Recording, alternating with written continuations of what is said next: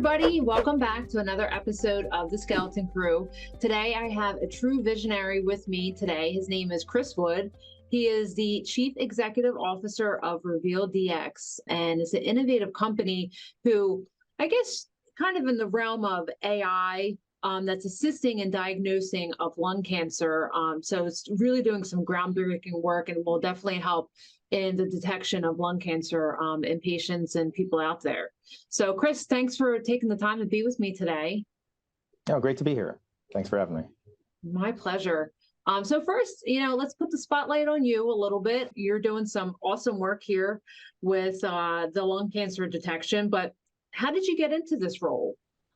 Well, I mean, going way back, I chose to study physics in school. I think like a lot of kids my age, I wanted to be an astronaut. That seemed like one of the ways to get there. But I actually ended up really liking the science. And then in grad school, I migrated over to medical physics and just fell in love with it. The first time I was able to display images on the computer screen and start messing around with them. And I worked at a cancer center, and the clinicians and the technologists and everybody who was treating patients would give me problems to solve, and I was able to problem solve right there in real time with software. I just fell in love with it. And then I worked at a couple of companies, big companies. One you might remember is Picker. Another one is Siemens, where I ran software development for the ultrasound group. And every time I was in one of those big companies, I was always trying to start little things that they found annoying, like a new division or a new project. And finally realized that I really was more of a startup person. I like to sort of be in the early stage and development of an idea and commercialization. So I was able to do that, lucky enough to find some partners, and have started 3 companies now, all in medical imaging software. 2 of them were sold. We built them to a certain size and sold them. One of them I sold to Merge Healthcare. It was called Confirma, and another one sold to Intelerad, which was called Clario, which was a radiology workflow software. And now this one is Reveal. And as you mentioned, it's RevealDx is focused on lung cancer nodule triage. That's great. So I've definitely heard of Picker. That was probably one of the first rooms that I worked on as a technologist. Yeah. I think they are now dinosaurs, probably. They're gone. I think they eventually got acquired by Philips. There was a false start. One year they went together to RSNA and said, we're merging, and then that got called off. And then a number of years later, it actually happened. But, Picker was started by Harvey Picker in 1900, right after the invention of the X-ray, or James Picker. I can't remember which one it was. And then his son took over, grew it quite a bit, provided X-ray equipment for World War II. It's actually quite an interesting story, but they eventually just got gobbled up by the big guys. Mm-hmm. That's great, though, starting off, working with 2 great companies like that, Picker and Siemens, definitely get your feet wet and, get the exposure to the different technology, from a while ago. But I mean, it's definitely helped you develop into, and get your mind moving into different directions. And I mean, like you said, you're always trying to come up with a different new project or department to add on to it. But right. They might have found you annoying, but I'm sure that they definitely found some value in what you had there. Yeah, we started a division actually in Picker called Image Guided Surgery, and we worked in frameless stereotaxy, and that led to a lot of other opportunities for Picker down the road. So I don't think they regretted doing that, and it strengthened our relationship with the Cleveland Clinic, which is where we were prototyping this device. So yeah, new ideas have a place in these big companies, but I do think that eventually it makes sense to take what you've learned there and kind of branch out and start your own, because there's no experience like working in a startup that's trying to change a bit of radiology. Mm-hmm. And believe it or not, it's possible. As a small company, you can actually make a pretty big impact in this field. It's a relatively small field. So I think we were able to do that twice before, and maybe this will be a third time. Yeah, so let's move into RevealDx. What got your mind moving into the direction of trying to develop new technology for lung cancer detection?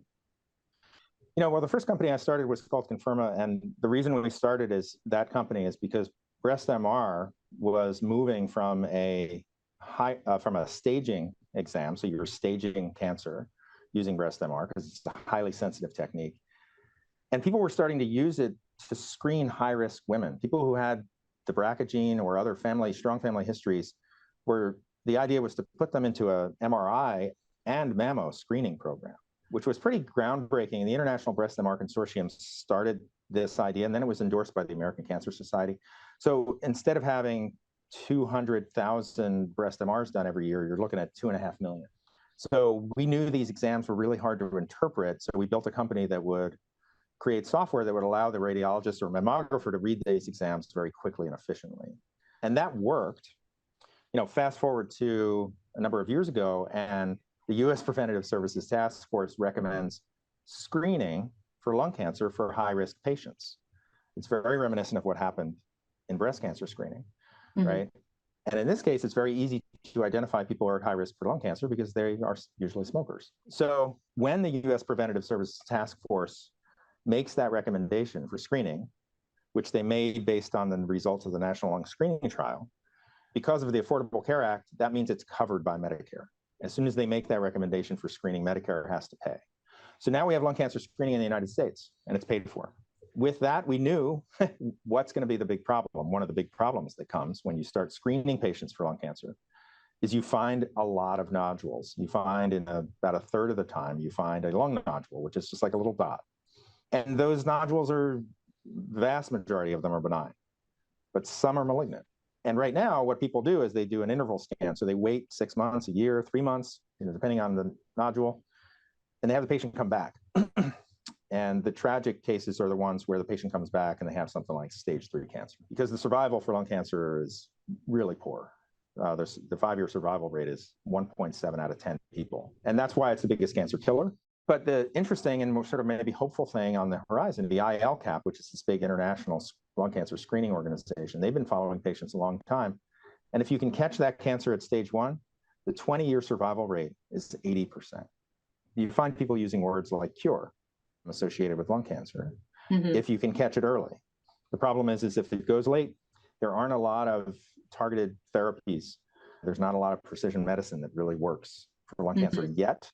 So your prognosis goes down really quickly. Also, the other thing about lung cancer is that when you're trying to diagnose it, you have to take sample tissue from the lung, which is non-trivial. The complication rate is 22% for lung interventions when you're trying to get tissue, which costs $1.2 billion every year in the United States and causes morbidity and even mortality, right, in some cases, because these patients tend to be old, they tend to have COPD, et cetera. So you can't stick a needle in everything. Right. You're sort of flooded with these nodules. And, as a healthcare system, you don't want to just scan everybody every month forever. So it's a tough problem and one that we're trying to solve with AI. And now going back to like doing biopsies and such, I've been part of, they're called, bronchoscopies where they do the biopsies. Do you know, are certain parts of the lobes harder to reach than others that, maybe they might not be able to do a biopsy on a nodule in a certain area of the lung? Absolutely. If you go to any of these multidisciplinary nodule clinics or tumor boards and they look at these nodules, they're considering all sorts of things when figuring out what to do next.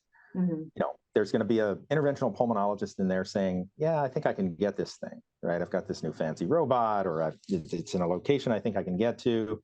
Or maybe they're saying this is going to be really difficult. They're looking at the patient age, they're looking at the comorbidities, they're looking at all these things to try to figure out what is the best course of action for this patient. And yes, the location of it is definitely a big consideration. There was just a study out that last week or so that hit the news that, if you take wedge dissections, which is a pretty invasive thing to do to a lung, 15% of the time, they're just taking out benign tissue. So that's high. That's, more than we'd want, right? So you've got kind of this nasty intervention option that you try to avoid with these patients especially. And there is technology now with, robots and bronchoscopy, as you said, it's giving us the ability to go in and precisely sample tissue. But it's not perfect yet, and it's still difficult, and it doesn't work for all patients. Right. And then also, too, you have to look at, what could happen post-procedure. I know as a technologist, you're always, for x-ray, you're going to do a post-op chest x-ray to make sure that nothing has happened to the lung. So lots of different things going into it. So looking at early cancer detection, then, what are the main sources besides doing a biopsy? Will we be looking at? Are we looking at lung MRI, chest CT? Yeah, Obviously, there's always a chest X-ray, but I mean, that's not giving you 100% of information. I feel like that's offered within your body.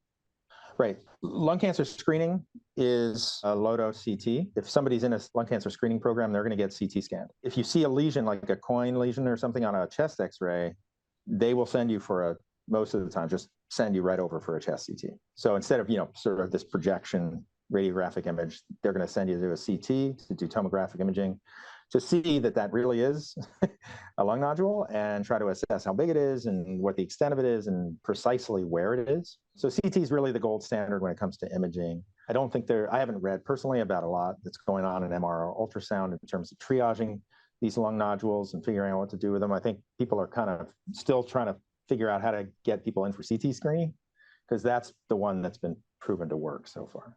So then let's enter in then to RevealDx. Give us a breakdown of the technology that you've developed in helping to do the lung cancer detection.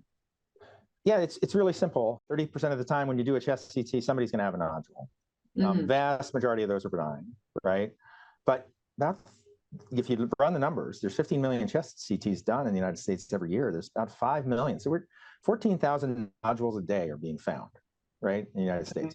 So finding them isn't really the problem we're trying to solve, right? There's plenty of nodules being found, like just all over the place constantly. What we're giving the radiologist is a tool that allows them to click on the nodule, and it gives them a score. And that score has been shown to have clinical value in triaging these nodules beyond what a human being can see and beyond just size of the nodule. So essentially what we've done is we've trained an AI to find what we call radiomic biomarkers. So little markers that are invisible to the human eye that are expressed in the CT scan itself by the nodule that the AI system picks up. And if it picks up a few of them, we run it through a classifier and create a score. And a malignant nodule will tend to have a very high score on what we call the malignancy similarity index, and a benign nodule will tend to have a very low score. None of these tests are 100% definitive, but we can take a nodule, in one of our cohorts, in one of our clinical studies, nodules that are less than 1% likelihood of being malignant, and we can identify those nodules in that class of nodules that are high risk. And those nodules, as identified by our software as high risk, have about a 18% likelihood of malignancy. So, it's a very different conversation to have with a patient, right? We found something really small. There's less than 1% chance of malignancy. We're going to have you come back in a year or whatever. Different conversation when you say, yes, you have a small nodule, but the AI system flagged it as dangerous. It's probably a 1 in 5 chance it's going to be malignant. You need to come back. And you need to come back frequently. And we're going to spend money to scan you again and again, right, to make sure that this thing's benign. And that increase in ability to kind of follow these things and triage them effectively will result in fewer false positives as well as earlier detection. That's our thesis anyway.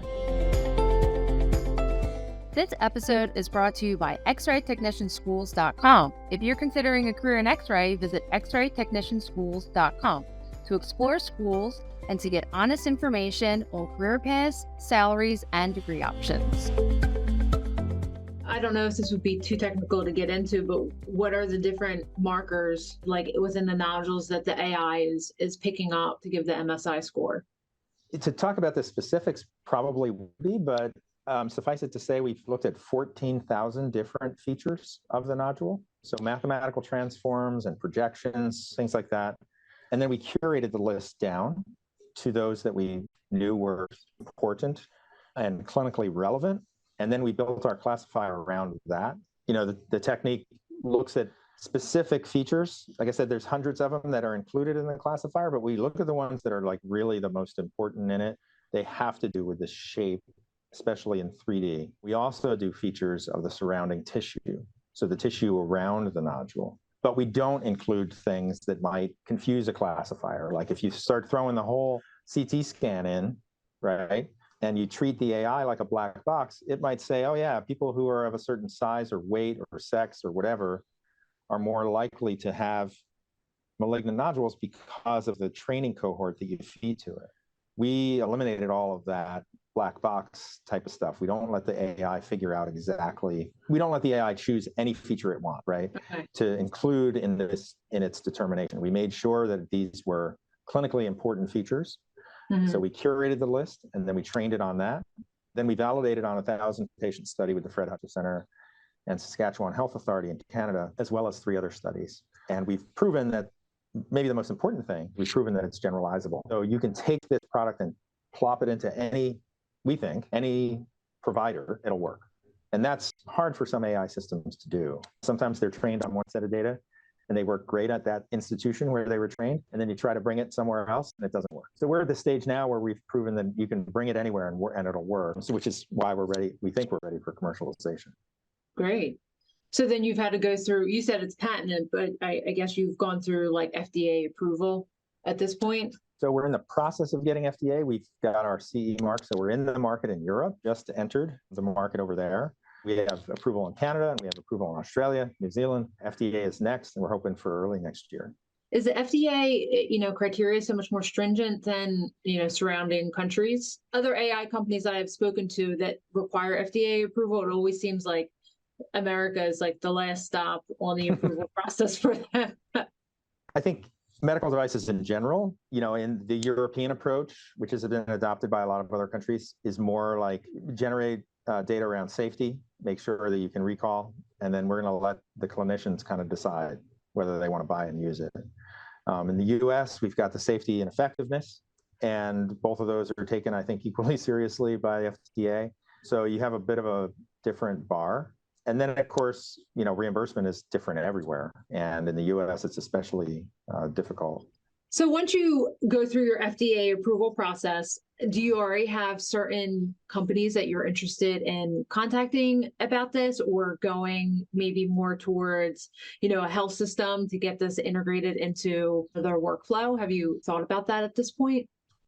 Yeah, we're actively signing up health systems who typically we'll sign up a health system that has the lung cancer screening program in place, maybe has a nurse navigator who's following up on patients already. Because if you don't have that, there's not a reason to, improve your triage of lung nodules. You really need to have somebody who's going to follow up and track these patients. But if you have a screening program in place with everything from community outreach through follow-up, we fit right into that.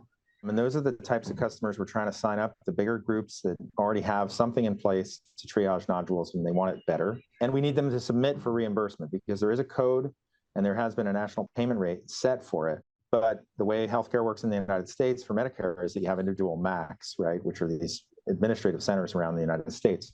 You need to get through all of those in order to validate that your lung cancer's, that this lung cancer triage software is actually going to get paid. And that's what we'll do with our first partners, is just prove that out. And then after that, we'll expand into smaller parts of the community and different types of health systems.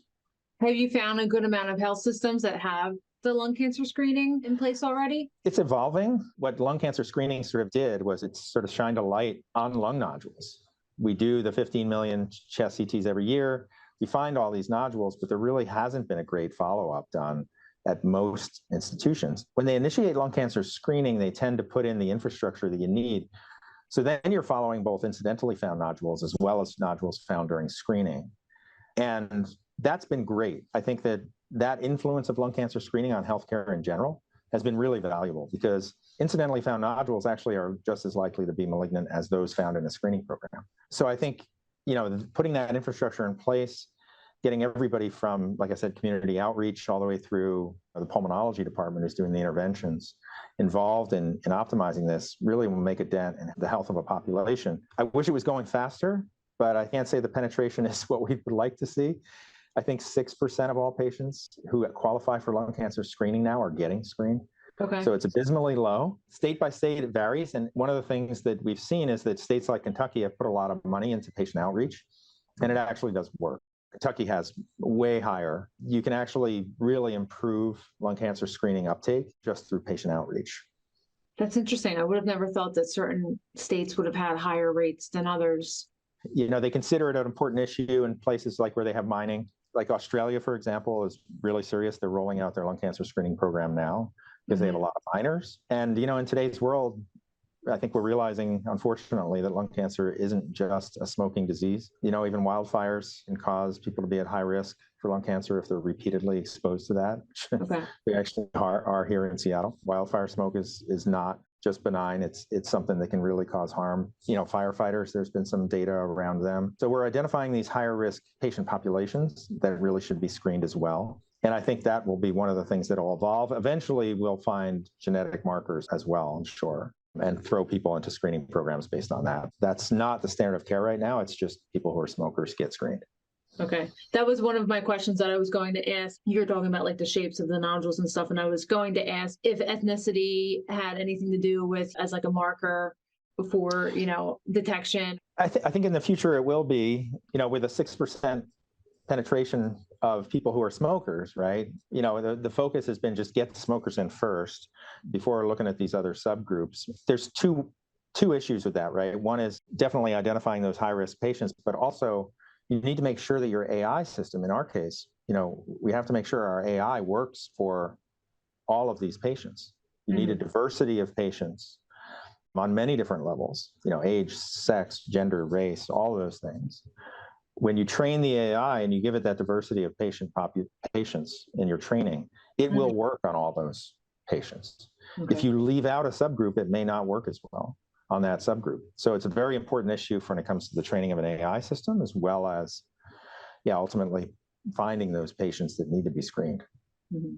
The question about the technology and like doing the actual scan. So patient comes in for a CT chest scan. They might not necessarily be coming in for lung detection screening, but like you said, incidentally, they're finding nodules that are there. Is the radiologist having to, then open up the application and then apply it to the scan, or is it something that would just already go hand in hand with the scan and your application would pick up, here's this nodule and it's already broken down, or is it something that the radiologist has to engage to do? Yeah, it's up to the radiology department, really. If we do automatic detection of the nodule, then we can compute this score automatically, and they don't need to do anything. We just present it to them when they're looking at the scan. Some radiologists don't want nodule detectors because every nodule detector is going to generate false positives. So they're going to have this big list of things that they need to go through and, triage themselves. They don't want to necessarily get rid of all those false positives and have the liability of like, what if I made a mistake and, that nodule comes back. So you'll find that, radiology groups vary in terms of their acceptance of something like a nodule detector. If they have subspecialists, highly trained subspecialists reading all their chest CTs, then maybe a nodule detector isn't going to add a lot of value to them. But if they're a radiology group that's maybe smaller, or maybe they have weekend coverage or whatever that doesn't, they've got more general radiologists and other sort of fill-in radiologists reading a lot of chest CT, maybe a nodule detector would be better for that type of practice. So in that case, with the detector, we integrate right in. If they're the type of practice that wants to detect them with their eyeballs and then employ our technology after that, we need to integrate with their PACS. And that is a job. It takes some effort on all sides. But it's not impossible nowadays. It's a lot easier to integrate with a PACS than it used to be. So we just need to work with that vendor, that PACS vendor, and figure out how to integrate in a way that makes sense. And it's doable. It's a solvable problem. Now, would they pick and choose, say, possibly the nodules that they see, in the scan? Like this one, to my, naked eye, doesn't appear to be suspicious, so I don't want to check this one out, but this one over here does, and they just then use the software on, say, like a suspicious looking nodule, in their opinion. Yeah, it's up to the radiologist. I think that what you're saying makes some sense clinically, right? It's like if the patient comes in and there's 6 nodules and there's, they're all kind of clustered and one of them looks bigger and badder than the rest, then maybe you just want to run it on that. But it depends on the patient. It depends on what they've decided to do as sort of standard protocol. The software is, from a cost standpoint, it's the same. Like you can find 100 nodules in a patient, and you can use the software 100 times. It's just, we're going to charge you once and you're going to get paid once. Right. So they can use it as much as they want, but I do think that there does come a point where, you check one nodule or two and you're like, okay, well, this patient's got something going on here. And what they've got going on, these nodules are probably caused by that. If you're a radiologist interpreting a case, you can kind of get this good sense of what's going on with the patient in their entirety. That will inform how they use this software. The weirdest thing is, you got this patient looks fine, got isolated pulmonary nodule, you have no idea where it came from. Patient's not been scanned before. Like, what do you do in that case? And that's where our product really shines. Right. So we were discussing the future of, you going through the FDA approval, but beyond that and beyond you getting into health systems and such, where do you see RevealDx going in the next year, 2 years? Are you looking maybe to branch into other types of cancer detection, or is there another avenue that you're looking to take the company with?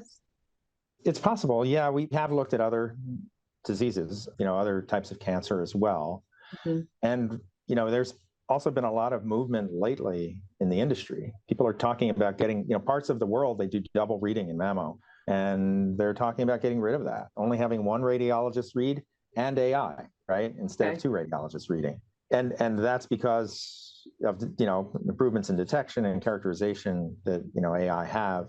Nobody really who's serious in this space thinks that we're going to get rid of radiologists or even really triage out normals yet today. I think for us, we're a CADX company, which means we're trying to assist in the diagnosis, DX, diagnosis. We're probably not going to expand into the CAD-E or CAD-T, which is detection or triage, right? Moving things up and down a work list based on something we found. We're more of a CADX company, which means we're looking for these hidden biomarkers. We're using radiomics. We're trying to help in the decision of what to recommend for that patient after something's already detected. So that's kind of the focus of our company. So we could go into other areas, but we'll stay focused on CADX. So you said that word radiomics, and I would like you to give everyone a vocabulary lesson like you did for me. In case if anyone picked up on that word there, it's on their website to explain the application. But so I had to ask Chris to explain it to me further. So Chris, if you wouldn't mind just giving a brief description of what radiomics is, because it's definitely enlightening. Yeah, I mean, it's the extraction of features that are clinically relevant from using math and science and image processing from different parts of the image, and then feeding them into an AI system to identify what we call biomarkers, radiomic biomarkers, that give you insight into what's going on with that patient that's beyond what your eyes can see. So to train a radiomic classifier, for example, what you need is ground truth. And that's the challenge for somebody, for a company like us that's doing CADX, is we need to find those exams where we know what happened with those nodules. We know if they ultimately were biopsied and proven to be malignant, or they were followed for at least 2 years and they were shown to be benign, right? Because like I mentioned, you can't just follow them for 3 months and say, oh, it was benign, because it stayed the same size, right? So, 2 years or 5 years follow-up. So getting that training data is difficult, but once you get it, you can extract features of the image and then feed it into an AI system, which will then tell you which features are important and which ones are adding value. And we feel like our data in our clinical study, it shows that our radiomic biomarkers are important in classifying these nodules, and they add a layer of value above what size does. So the size of a nodule is, important, but we add an additional layer of value, and none of those features, if you look at them as a human, they look like noise. But to an AI system, they're able to pull out information from there and really give you something that allows the human to perform better than they would without it. So, it's the combination of them looking at the volume, with them looking at the size, the clinical information, the context, and the patient, right? Putting all that information combined with our score, and then being able to make a better and more informed decision about what to do with that patient.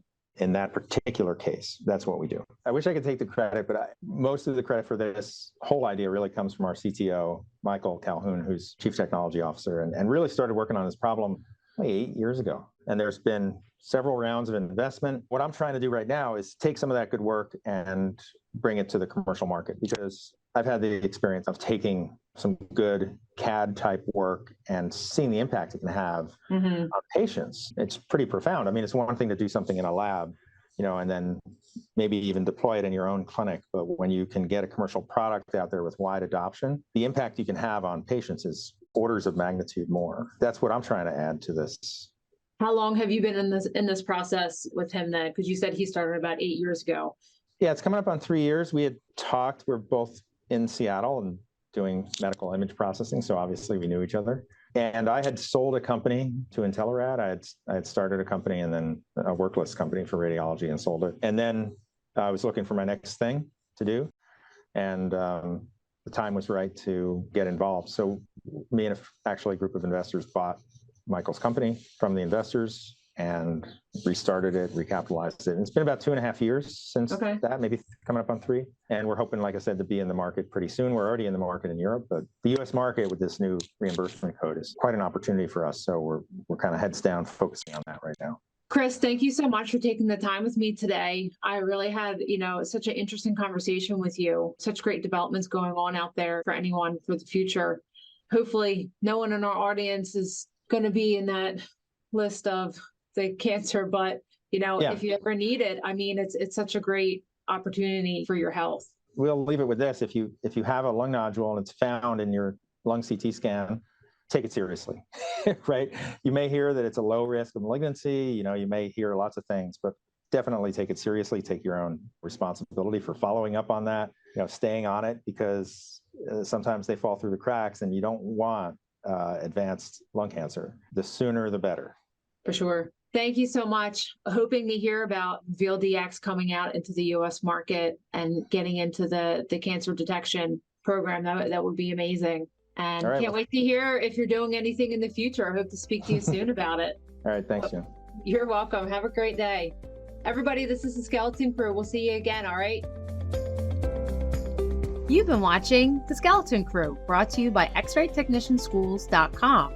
On the next episode, join us to explore the present and the future of the rad tech career in the field of radiology.